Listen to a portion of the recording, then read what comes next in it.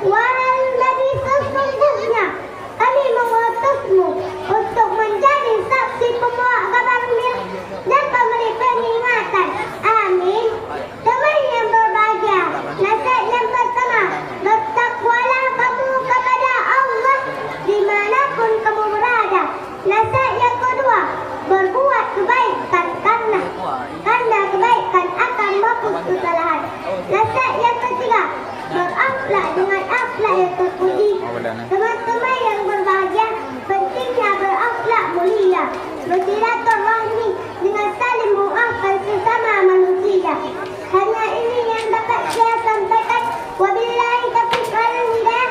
Assalamualaikum warahmatullahi wabarakatuh.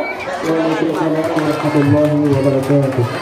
Peserta barusan tampil tadi atas nama Nur Faida, alamat Desa Pulau Baru, perwakilan kelas 1C.